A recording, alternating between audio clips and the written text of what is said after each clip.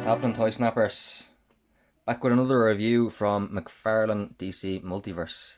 Today we have the Superman infected by the Batman Who Laughs from the Batman Superman storyline. It was like a spin-off miniseries from the end of Metal, kind of start of the new Crisis. There's the inspiration shot. Standard McFarlane packaging as usual. This one is the bit of a bigger box because it has the legs of the Merciless, so they give you that little extra bit. But yeah, standard McFarlane. There's really nothing different about it. Very basic. Has the Build-A-Figure, how to put it together, all the jazz. Other figures that you can get from the Wave, the Robin Crow, the Batman Metal, and the Sky Tyrant, Batman Who Laughs. And then obviously this is the issue that they're taking the inspiration for the figure itself from. So without dilly-dallying, let's open this bad boy up and see how he is. Okay, and here he is out of the box and in front of the camera. He looks pretty good. Here's just a little trading card that comes with him for anyone who's interested. You can pause that there now if you want to read it. And there you go. I'm not really interested in all the cards that come with them, but they're cool. I've got way too many at this stage, and the little black stands. But what else comes with this, which is really interesting, it comes with two open, kind of gnarled hands, which is cool. It's always good to have extra hands, and considering the type of Superman it is, it'll be good. He also came with the two legs for the Merciless. Again, that will be put together in a separate video. So, the figure itself. First off, he's really cool. This is the second version of Superman we've gotten from McFarlane now, which is kind of leaving me hopeful that we're moving away from the Batman-centric figures.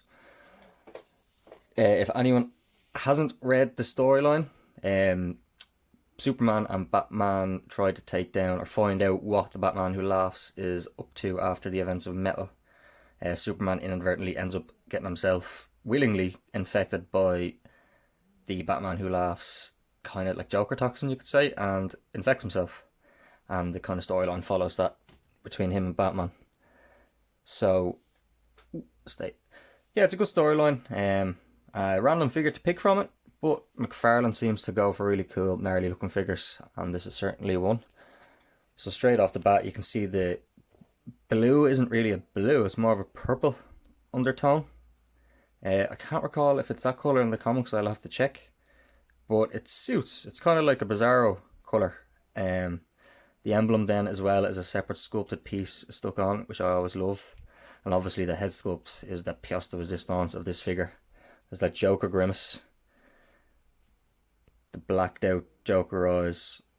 He's got his little hair quiff. He just looks like obviously an evil Superman. And it's a really cool and unique figure to have on your shelf. The red tone is kind of like, yeah, it's not real red, it's like a muted red. And then obviously he's got the trunks and the shorts and the cape, which is the cool feature. It's really soft leather and it's tattered and stuff. So it's so soft that I don't think it'll kind of impair standing. I know sometimes the cape will overweigh a figure, but this is perfect. It does have the standard McFarlane articulation, as this like extra. It's not a butterfly joint, but it's some sort of rotation joint. As just standard. It's double jointed elbows, which is always good. I love that. It has that weird wrist elbow, or wrist joint that's really noticeable. And then closed fists. And the fists, they look really big, but they're cool. The head has a good bit of articulation. It can look down, can look up, can look up quite a bit, so you can nearly get a flying pose. Not too bad. He definitely looks up more than the other Superman figure that McFarlane released, because it was the hair that was stopping it in that one figure. He's got that old waist rotation, midsection. We've got the ab crunch sort of. He's got that those funny looking joints in the legs, real out. Not bad. Slight rotation in the thigh, and then you've got the double jointed knees, which can crunch up pretty good. And then you've got the little rotation ball at the ankle. And as always with McFarlane, you've got the toticulation. So it has the standard McFarlane articulation, but as you can see, this guy stands pretty easily. There's not much fuss with him getting to stand, and he looks cool. Alright, and here we have next to each other the two McFarlane Supermans that have been released now. So initially, before it was in hand, I thought that McFarlane had just taken this sculpt, dyed it that colour, changed the head sculpt, changed the cape, changed the hand, but no. In fact, looking at it now, this is a completely new sculpt to this one.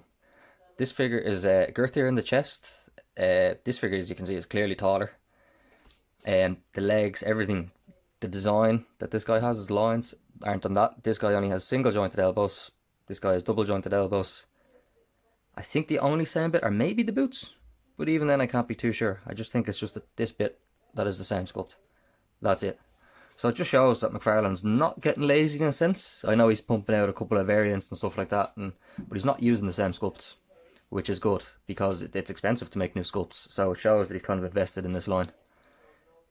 But just kind of looking at them together, they're cool. I kind of wish now that this design was in this kind of colours, but I can definitely see some people getting some extra ones of these to make a customization. I mean, if you took this cape off, put another cape on it, put just a normal Superman head sculpt on, it's not too bad if you got around the kind of muted blue.